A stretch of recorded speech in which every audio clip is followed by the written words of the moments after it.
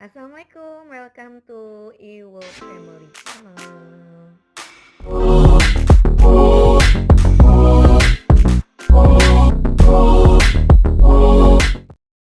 Assalamualaikum teman-teman. Siang ini kita ke Keraton Yogyakarta. Mau ngajak teman-teman semua lihat-lihat di keraton ya. Sekali-sekali kita harus tahu mengenai kebudayaan salah satu di Indonesia yang terkenal di daerah istimewa Yogyakarta, yaitu di keraton. Oke, let's go. Ini kita masuk ke Wahonoroto. Pak, dengan Pak siapa? Pak Dodi. Kita ditemenin sama Pak Dodi ya, guide-nya. Ya, dari samping dulu. Oke, nih bagus. Ya. Oke, teman-teman, kita memasuki Wahonoroto. Nih, Wahonoroto. Kita pasang Ya. kita dibantu teman-teman kita dari Wahonoroto ya. Iya.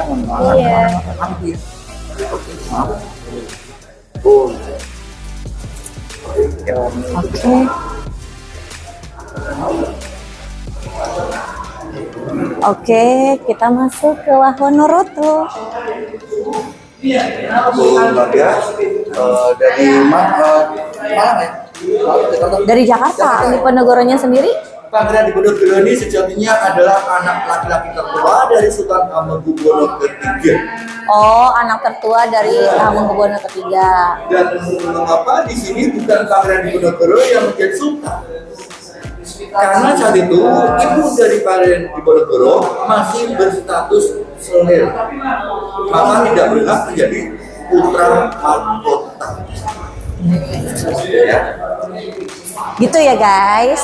Maka untuk mengganti Sultan Hamengkubuwono III, yaitu Sultan Hamengkubuwono IV yang satu masih menginjak usia 10 tahun.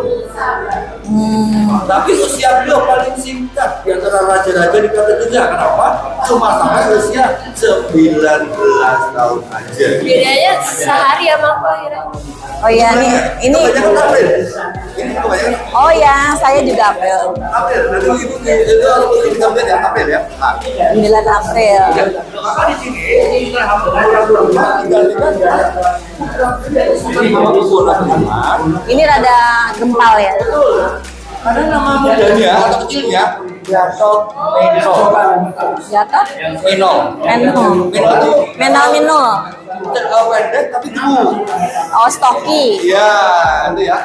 Beliau dapat menjadi sultan baru berusia 3 tahun. Oh, menjabat baru berusia 3 tahun. Tapi sebagai penasihat beliau, sebagai wali beliau adalah pamannya, yaitu Pangeran Budi. Ini ganteng ya? Ya, mulai beliau ibu ya.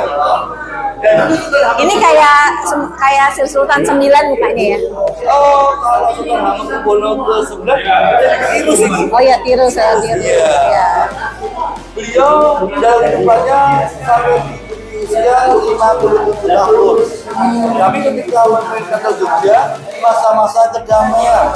Karena setelah terjadi perang Jawa di tahun 1825 sampai 18 atau Sultan paling kaya. Oh, ketujuh Sultan paling sugih. Ya.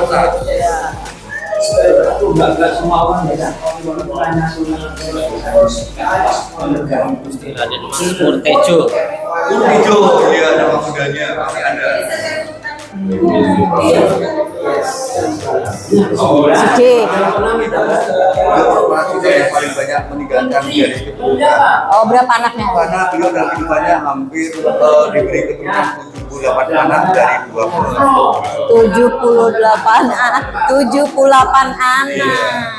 Paling banyak garis keturunan. Masya Allah. Dan salah satunya menggantikan beliau ya Sultan Hamengkubuwono ke-8. Ini siapanya dia? Putranya. Oh, anaknya. Dia umurnya tua.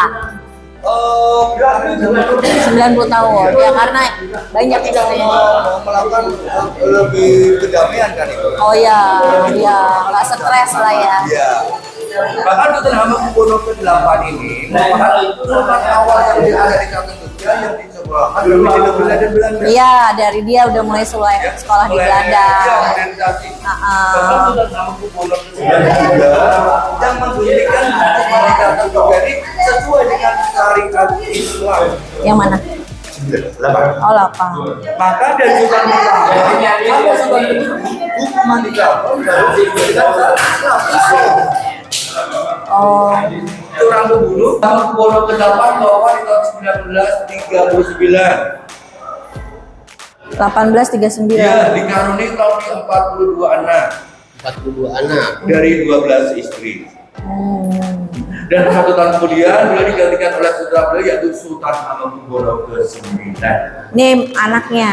Putranya. Bapaknya menjabat 1822 sampai 1939. sampai 1939. Iya. Ya Allah, beda Masehi ya. Untuk Ini- Sultan Hamengkubuwono ke-9 barulah menuju kesejahteraan untuk Keraton Jogja. Karena Sultan Hamengkubuwono ke-9 ketika memimpin Keraton Jogja hampir 48 tahun. Dari 1940 sampai 1988. Jabatannya di negara kita besar karena negara kita dipimpin oleh Bapak Presiden Soekarno dan sebagai Menteri Pertahanan. Ya. Dikali kurang lebih 22 anak dari 5 istri. Ya, dan 1 tahun kemudian di tahun 1989 beliau digantikan oleh putra beliau yaitu Sultan Hamengkubuwono 10 yang sekarang. Istrinya 1. Masih hidup. Iya. Dan di dalam agama Islam kita bisa berpoligami lagi ya. Iya. Tapi beliau memang tidak mengingat hal tersebut. Iya. Untuk Sultan Hamengkubuwono ke-10 beliau dikaruniai 5 anak, tapi maaf putri semua. Dan beliau satu-satunya raja atau sultan yang disebut dengan satu permaisuri. Ya, dan usia beliau untuk tahun 2024 ini sudah 78 tahun dan naik tahta untuk sebagai sultan sudah ke 35 tahun. Tapi beliau sehat sih. Alhamdulillah doa-doa sebagai sumpah seorang pemimpin, yaitu tempat untuk yang orang Jawa ya meludah inang. Oh, nginang itu juga ada kan? Semua ada. Karena ini sebagai gambaran. Untung giginya nggak hitam ya? Ini cuma simbol. Oh, simbol aja. Bahwasanya ketika seorang pemimpin sudah bersumpah atau sudah tidak boleh lagi Cabut. tidak ada. Nggak boleh mencela-mencela lah ya. Karena seorang raja di Keraton Jogja ini ada satu figur atau sebagai lambang seorang pemimpin yang ada di depan kita. Yang dinamakan 8 sifat seorang pemimpin. Contohnya paling lucu itu sebagai gambaran angsa. Karena angsa itu menggambarkan seorang pemimpin harus punya sikap waspada atau kewaspadaan. Kijang menggambarkan seorang pemimpin harus lincah. Ayam jago menggambarkan seorang pemimpin harus bisa berani melindungi. Karena ayam jago menggambarkan baik petarung. Burung merah menggambarkan seorang pemimpin harus bisa memberi tindakan. Dan maaf yang baru kita restorasi yaitu naga emas yang dalam artian seorang pemimpin harus punya jiwa ya bijaksana dan adil. Dan di sebelahnya ada gambaran kotak emas yang menggambarkan seorang pemimpin harus bisa memberikan kesejahteraan kepada rakyatnya. Dan yang ada di sebelahnya, maaf ini bukan suku Jogja, tapi ini adalah sapu tangan emas. Yang dalam artian seorang pemimpin harus bisa membersihkan baik hati dan rohani. Dan terakhir, lentera. Yang dalam gambaran seorang pemimpin harus bisa memberikan pencahayaan atau penerangan untuk rakyatnya. Maka dari Sultan Hamengkubuwono pertama sampai Sultan Hamengkubuwono ampilan dalam ini wajib menyertai beliau. Iya dong. Betul, harus seorang pemimpin harus semuanya menjalankan itu ya. 8 ya. Iya, sifat. Oke. Nama Wisnu Koro. Kuda ini adalah kuda kesayangan Sultan Hamengkubuwono ke-9. Masih ada? Kami kan keturunan Jawa ini. Oh, dari beli di Eropa ya? Eropa. Mungkin perbandingan 1:1 karena dari Belanda. Bahkan di tahun 1940 ketika Sultan Hamengkubuwono ke-9 naik tahta, kuda warna hitam ini mendampingi di depan kereta emas.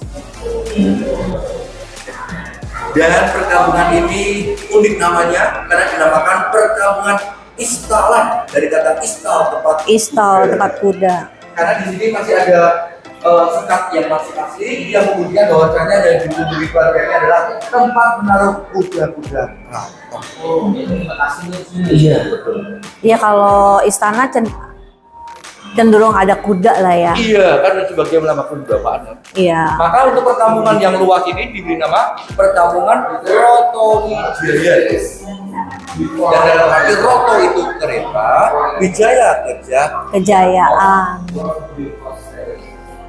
Karena Song 3 ini membuktikan bahwasanya dari sekian banyak anak laki-laki sultan yang keluar dari keraton Jogja dan dipakai dengan Song 3 dipastikan dia adalah putra Mas.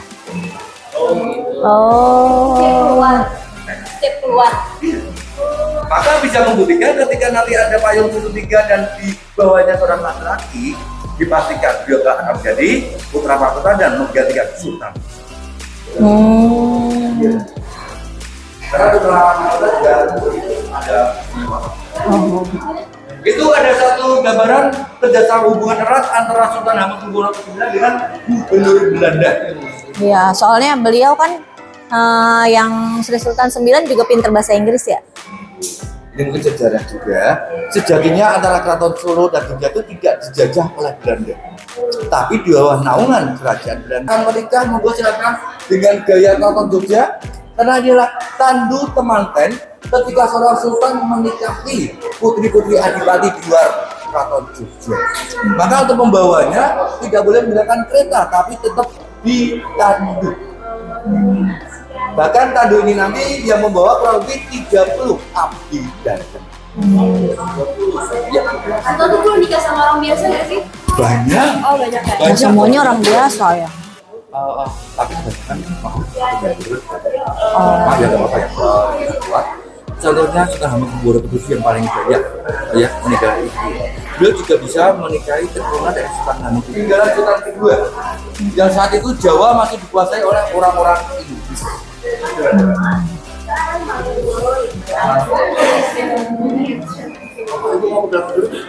Oh iya.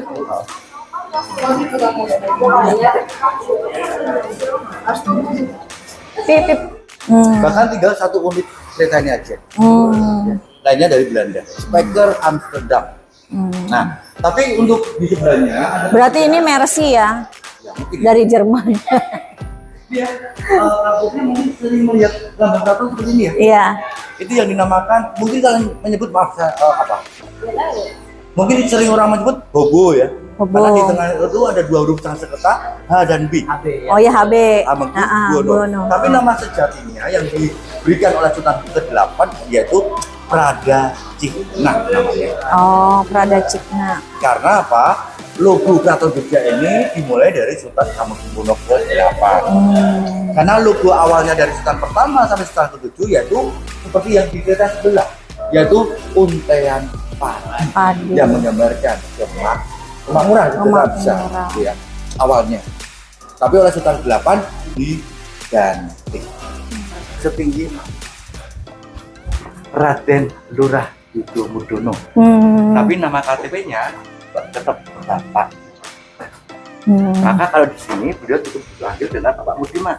Pak Murdiman. Tapi ketika beliau bertugas sebagai abdi dalam, wajib dipanggil dengan lengkap gelarnya Raden Lurah Yudomudono. Tapi beliau orang biasa. Tapi kalau membuktikan, nanti ambil action ya.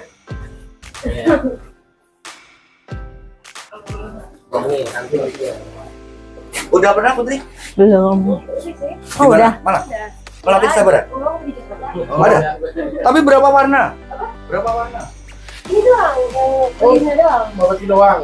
Mana ya? Nanti Oh, biar lebih jelas. Ibu biar sama beliau ya yang beri penjelasan. Iya. Karena maaf saya artinya kurang paham. Karena banyak sekali. Iya. Biar sama beliau. maaf sini sanggar atau bendera keraton. Batik tulis satu baju karena membuat inovasi terbaru untuk hiasan dinding. Oh. Sambil dulu aja ya mas ya. Sambil dulu biarin air ya. Sambil dulu bisa nih.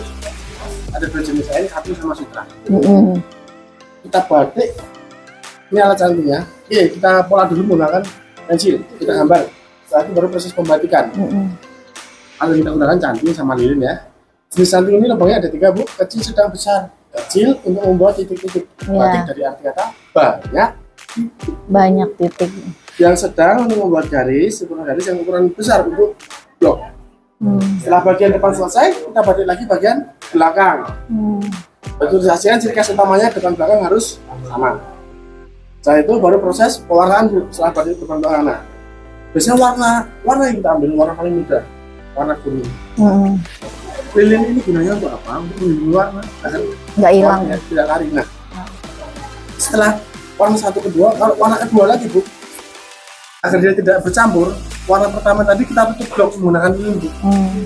Jadi untuk menguatkan warna juga untuk mengikat, ya Bu ya. Setelah itu jadi 1 kali warna 1 kali proses, 2 kali warna 2 kali proses. Semakin banyak warna semakin banyak prosesnya. Setelah itu untuk satu warna semua kita blok lagi semuanya dan lilin untuk menghilangkan lilin dengan cara Oh iya. 1-2 jam lilin itu akan Rontok. seperti itu. Ya. Rahasia terbaru ya seperti itu Bu, rahasia terbaru yang ini dan yang Pradama ya Bu ya, punya ya. Tapi yang limited edition ada Bu ini. Nah ini yang papi yang tahu.